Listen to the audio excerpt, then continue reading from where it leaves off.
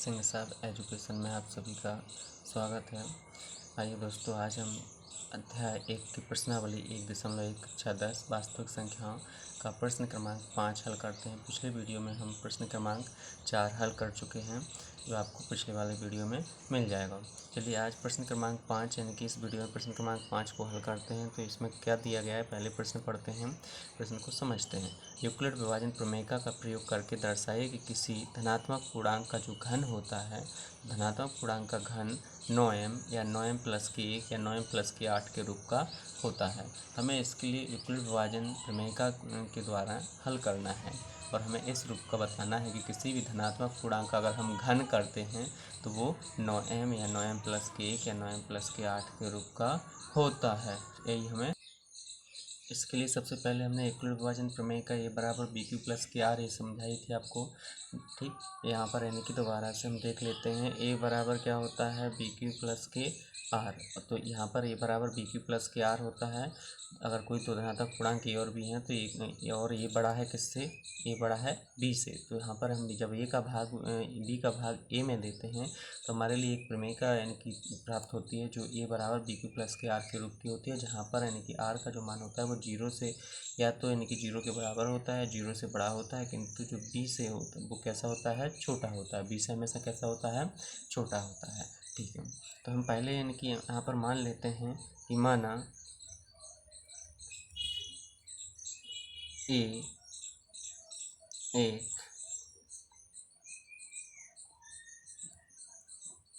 धनात्मक पूर्णांक है। माना a एक क्या है, धनात्मक पूर्णांक है। अब देखो यहाँ पर हमने पिछले वीडियो में बताया था कि जो q के साथ में होता है वही यानी कि किसका मान होता है, b का मान होता है।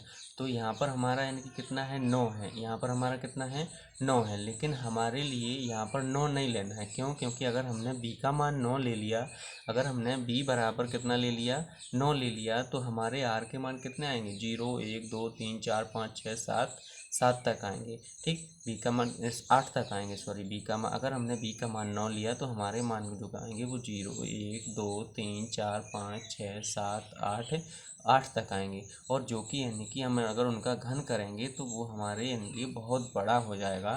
तो इसके लिए हम b, देखो b जो 3 के पहाड़े में 9 आता है, 3 के पहाड़े में 9 आता है, और बाद में जब हम यानी कि वहाँ पर कॉमन लेते हैं तब भी हमारा 9 क्या आ जाता है, कॉमन आ जाता है। तो इसलिए हम b बराबर कितना लेंगे, 3। b बराबर हमने कितना लिया है, यहाँ पर 3 लिया है हम। ठीक, अब b बराबर अगर जब 3 लिया है तो यूक्लिड विभाजन प्रमेय से क्या हो जाएगा, यूक्लिड विभाजन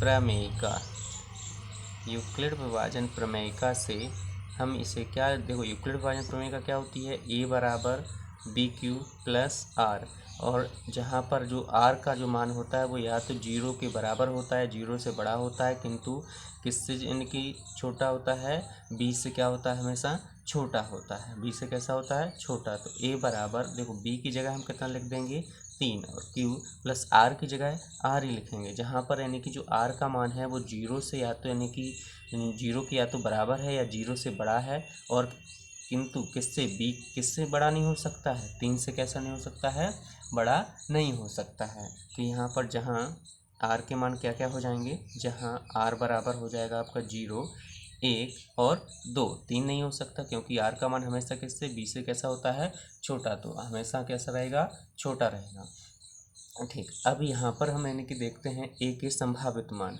a के संभावित मान, a के अगर संभावित मान हमें निकालना है तो r की जगह, यहाँ पर r की जगह हम पहले 0 रखेंगे, फिर 1 रखेंगे, फिर 2 रखेंगे, एक एक करके हम क्या निकाल लेंगे a के संभावित मान। तो a बराबर 3 और q तो लिखा रहने दो, धन r की जगह हम कितना लिखेंगे, पहले 0, तो एक हो जाएगा 3q प्लस के 0, दूसरा हो जाएगा यहाँ पर 3q और प्लस के, अब r की जगह कितना रखेंगे, 1, और फिर तीसरा क्या हो जाएगा, 3q प्लस r की जगह कितना रखेंगे, 2। ये हमारे क्या हो जाएंगे, a के संभावित मान हो जाएंगे। a के संभावित मान निकल आए। अब हमारे लिए देखो 1 2 3 स्थिति मिली है ना, तो हम एक एक करके यानी कि एक एक स्थिति को लेकर हल करेंगे। स्थिति फर्स्ट में क्या है, ए बराबर दिया है हमारे लिए कितना 3q। ए बराबर कितना दिया है 3q। ए बराबर जब 3q दिया है तो हम इसे क्या करेंगे, दोनों पक्षों में हमें क्योंकि घन निकालना है तो दोनों पक्षों का घन करने पर, क्या करने पर, घन करने पर, दोनों पक्षों को घन करने पर तो a की घात 3 बराबर 3, q की घात कितना हो जाएगा 3, तो a की घात तो 3 ही रहेगा। और यहाँ पर 3 की घात का तीन का मतलब क्या है, 3 की घात 3 का मतलब है 3 गुणित 3 गुणित 3, तो 3 त्रिका 9, 9 × 3 = 27, कितना आएगा 3 की घात 3 का मतलब हो जाएगा यहाँ पर कि यहाँ पर देखो अगर कोष्ठक हटाएंगे तो 3 की घात 3 और q की घात भी कितनी 3, तो AQ बराबर हो जाएगा 3 की घात 3 का मान कितना आता है 27 आता है। ये घन आपको याद होना चाहिए। और q की घात 3 तो q की घात 3 ही रहेगी। अब हम यहाँ से क्या करेंगे, AQ बराबर जो यहाँ पर 27 है उसमें से 9 बाहर ले लेंगे। क्यों, क्योंकि हमारे लिए 9m या 9m प्लस के 1 के रूप के चाहिए ना ये, तो ठीक हम यहाँ से 9 कॉमन ले लिए तो 9 × 3 = 27, 3 अंदर कितना बचेगा 3 और q की घात 3। AQ बराबर 9 और 3q की जगह 3q की घात q की जगह हम क्या लिख देंगे m, 3q की घात q की जगह हमने क्या लिख दिया है m, और यहाँ पर नीचे लिख भी देंगे जहाँ m बराबर क्या है 3q की घात 3, जहाँ पर m बराबर कितना है 3q की घात 3। अब हम इसी प्रकार यानी कि सेकंड स्थिति लेंगे। स्थिति सेकंड है, स्थिति जो हमारी यानी कि सेकंड आया था, मान आया था, उसको हम ले लेते हैं स्थिति सेकंड। स्थिति सेकंड हमारी क्या थी, a बराबर कितना था 3q प्लस के 1। अब यहाँ पर दोनों पक्षों का क्या करेंगे हम घन, दोनों पक्षों का घन करने पर, तो दोनों पक्षों का जब घन कर रहे हैं तो a की घात कितना हो जाएगा 3 बराबर 3q प्लस के 1 का कितना हो जाएगा घन। अब चूंकि हमने यानी कि ये सर्वसम का पढ़ी है कि a प्लस बी का होल क्यू बराबर कितना होता है a का क्यू प्लस b का Q plus 3a² b plus 3ab², ये पढ़ी है ना हमने सर्वसम का। a प्लस के b का होल क्यू बराबर a का क्यू प्लस b का क्यू प्लस 3a का वर्ग b प्लस 3ab का वर्ग, ये वाली सर्वसम का हमने पढ़ी है, सभी ने पढ़ी है, 9वीं क्लास में 8वीं क्लास में पढ़ते आए हैं। ठीक, अब हम इसी में मान रखते हैं तो यहाँ पर a बराबर है 3q और b बराबर है 1, तो a का क्यू बराबर हो जाएगा पहले a का क्यू 3q का क्यू प्लस b का क्यू मतलब 1 का क्यू प्लस 3 और a का क्यू कितना है 3q और इसका हमें क्या करना है वर्ग और गुणित b कितना है 1 और फिर आ जाएगा प्लस 3ab² में रखेंगे तो पहले a का मान कितना है 3q और प्लस b का मान कितना है 1, तो 1 का क्या हो जाएगा वर्ग। ठीक है, अब हम पहले क्या करेंगे 3q का यानी कि कितना हो जाएगा 3 का घात 3 कितना आता है 27 और q की घात कितना हो जाएगा 3 प्लस 1 का जब हम q करेंगे तो कितना आएगा 1 ही आएगा प्लस इस यहाँ पर देखो 3 तो जो कहते हो, अब यहाँ पर हम इसको कोष्ठक को हल करते हैं, 3 का वर्ग कितना हो जाएगा 9 और q का वर्ग ही रहेगा गुणित 1 प्लस यहाँ पर 3 गुणित 3q और गुणित यहाँ पर देखो 1 का वर्ग करेंगे कितना आएगा 1 ही आएगा, तो 27 q की घात 3 प्लस 1 प्लस 9 × 3 = 27, 27 कितना आ गया q वर्ग प्लस 3 त्रिका 9q।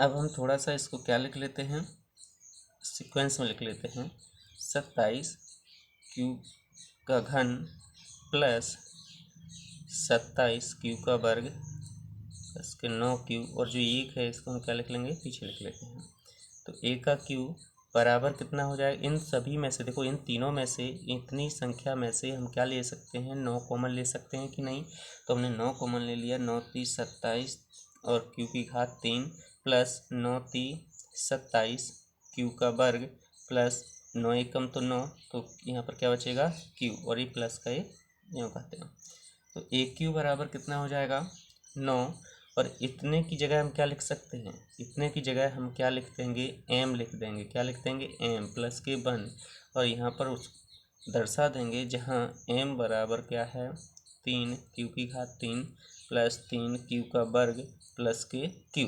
ये हमारा क्या है, m का मान है। जहाँ पर हमने m लिखा और m का मान हमने ये क्या किया है, इसको दर्शा भी दिया है। अब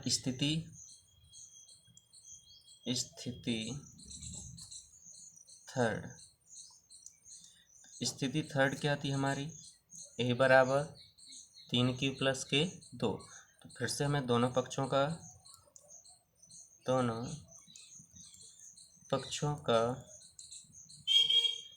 घन करने पर तो a बराबर 3q प्लस 2 का क्या करेंगे, हम घन करेंगे। सॉरी, a का q और 3q प्लस के 2 का घन। तो a का q तो ये ही रहेगा, और इसमें हमें वही वाली सर्वसम का जो पहले हमने लगाई है वही सर्वसम का लगा देंगे।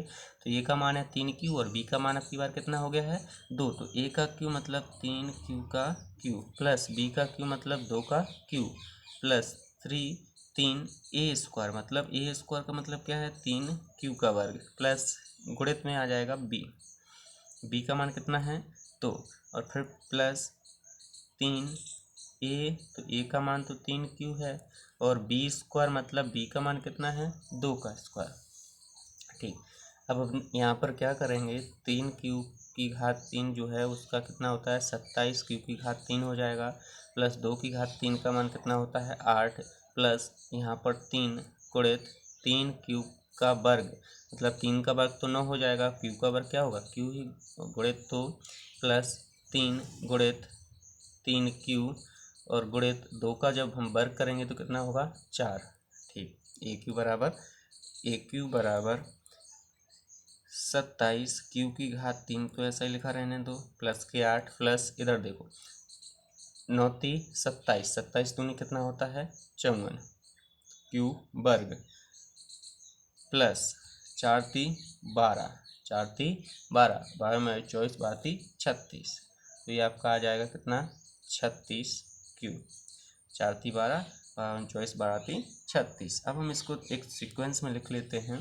तो AQ बराबर 27, q की घात 3 है, फिर 2 वाला लिख लो, प्लस के 54 q की घात 2 प्लस 36q और प्लस जो 8 बचा है उसको पीछे लिख देते हैं। ठीक, चलिए अब हम यहाँ पर यानी कि देखेंगे कि AQ बराबर, इधर देखो इसमें से क्या कॉमन आ रहा है, इसमें से हम 9 कॉमन ले सकते हैं कि नहीं, ले सकते हैं।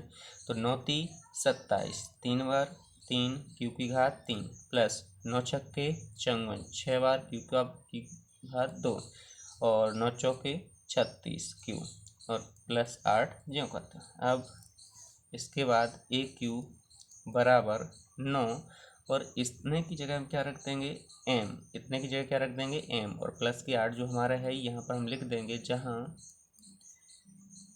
m बराबर कितना है 3 q की घात 3 प्लस के 6 q की घात 2 प्लस 4q, यही हमारा। ठीक है, तो यहाँ पर हमने तीनों स्थितियों में देखा कि जो पहली स्थिति थी, पहली स्थिति क्या थी, पहली स्थिति में AQ बराबर कितना आ रहा था 9m। हमारा प्रश्न क्या था कि यूक्लिड विभाजन प्रमेयिका का प्रयोग करके दर्शाइए कि किसी धनात्मक पूर्णांक का घन 9m या 9m प्लस के 1 या 9m प्लस के 8 के रूप का होता है। तो हमने माना था कि ये कोई धनात्मक पूर्णांक है, और b का मान हमने 3 इसलिए लिया था क्योंकि b के जो 9 है वो किसने 3 के पहाड़े में आता है। तो हमने यहाँ पर b का मान 3 लिया। अगर 9 लेते तो बहुत लंबा मान खिंच जाता, क्योंकि r के मान 0 से लेकर कहाँ तक हो जाते 8 तक। अब ए के संभावित हमने ये 3 मान निकाल लिए थे, और इसमें से फर्स्ट स्थिति लेकर a बराबर 3q, तो इन दोनों का पक्षों का घन करने पर हमने यानी कि निकाला है, और घन करने पर यहाँ पर फिर हमने कॉमन ले लिया था। तो ये q बराबर कितना आ गया 9m। फिर दूसरी स्थिति ली हमने, तो दूसरी स्थिति में क्या हुआ था, दूसरी स्थिति में हमने घन किया था, और a प्लस के b का होल क्यू की सर्वसम का जो लगाकर a प्लस के b का होल घन जो है, घन बोलते इसको, घन की सर्वसम का लगाकर हमने हल किया। तो हमारा जो दूसरा आया है वो 9m प्लस के 1 के रूप का है, जहाँ हमने लिख दिया m बराबर कितना है 3q की घात 3 प्लस के 3q का वर्ग प्लस के q, ये हमने लिख दिया। फिर स्थिति हमने थर्ड ली और स्थिति तीसरी ली, जो हमारी तीसरी स्थिति बन रही थी। तो ये बराबर 3q प्लस के 2, दोनों पक्षों का वर्ग किया, इसको हल किया। तो हल करने पर हमें कितना मिला 9m प्लस के 8, और जहाँ m बराबर कितना है ये हमने यहाँ पर लिख दिया है। अब हम नीचे क्या लिख देंगे, अतः किसी धनात्मक पूर्णांक का घन, धनात्मक पूर्णांक का घन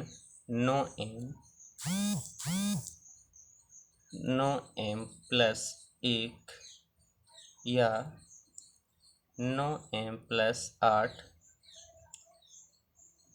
के रूप का होता है। ये हमारा पूरा प्रश्न हो गया और प्रश्नावली 1.1 पूरी समाप्त हो गई है। अगर हमारा ये वीडियो आपको पसंद आया हो तो अपने दोस्तों के साथ शेयर कीजिए, लाइक कीजिए, सब्सक्राइब कीजिए और हमारे साथ में बने रहिए। हम आपको पूरा 10वीं का यानी कि सॉल्यूशन देंगे।